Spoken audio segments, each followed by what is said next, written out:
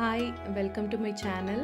So இன்றைக்கி recipe வந்து ragi cake பண்ண போகிறோம். அதுக்கு வந்து ஒரு வெட் பவுலில் 1/2 கப் ஆஃப் பட்டர் உருக்கினது எடுத்திருந்தேன். அதுக்கப்புறமா அதில் வந்து 1/2 கப் ஆஃப் கர்டு, அப்புறம் 1 கப் ஆஃப் நாட்டு சர்க்கரை எடுத்திருக்கேன்.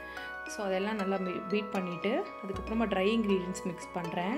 அதுக்கு வந்து 1 cup of ragi flour and 1 cup of atta கோதுமை மாவு. ஸோ அது சேர்த்துட்டு 1/4 ஸ்பூன் வந்து பேக்கிங் சோடா அண்ட் 1/2 ஸ்பூன் வந்து பேக்கிங் பவுட்ரு, அப்புறம் little bit of salt. So இதை சேர்த்துருக்கேன்.